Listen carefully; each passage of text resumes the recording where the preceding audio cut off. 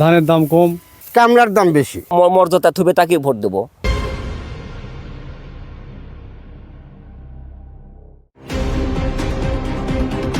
কৃষকদের ভাষায় ফসলের দাম কম, অথচ কামলা, সার আর উৎপাদন খরচ দিন দিন বেড়েই চলছে। ফলে ফসল উৎপাদন করে বাজারে তুললেও আশানুরূপ লাভ পাচ্ছেন না তারা। অনেক কৃষকের অভিযোগ, এই অবস্থায় তারা প্রায় পথে বসার মতো পরিস্থিতিতে।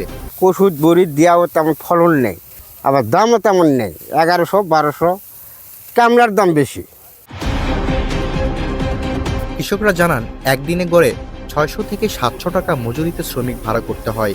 এর সঙ্গে সার, বীজ ও অন্যান্য উপকরণের বাড়তি দাম যোগ হয়ে উৎপাদন ব্যয় তাদের সামর্থ্যের বাইরে চলে যাচ্ছে। ধরো আমরা সার ফসলের দাম বেশি পর্যায়ে বেড়ে গেছে, ধানের দাম কম, শ্রমিকের দাম বেশি। আসন্ন ত্রয়োদশ জাতীয় সংসদ নির্বাচনকে সামনে রেখে কৃষকদের দাবি স্পষ্ট। যেই সরকারই আসুক না কেন, বাজারের প্রয়োজনীয় পণ্যের দাম ও ভ্যাট কমাতে হবে।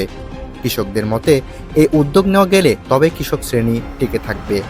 ধানের দাম মূল্য বাজার থাকতে হবে, সার ফসলের বাজার কমাতে হবে। এরকম একটা মন কর নির্ধারণ সময়ের মধ্যে থাকলে কৃষকেরা বাঁচবে। কৃষকরা আরও বলেন, যে সরকার তাদের পাশে দাঁড়াবে, সহযোগিতা করবে এবং ফসলের ন্যায্য মূল্য নিশ্চিত করবে, আগামী নির্বাচনে তারাই পাবে কৃষকদের ভোট।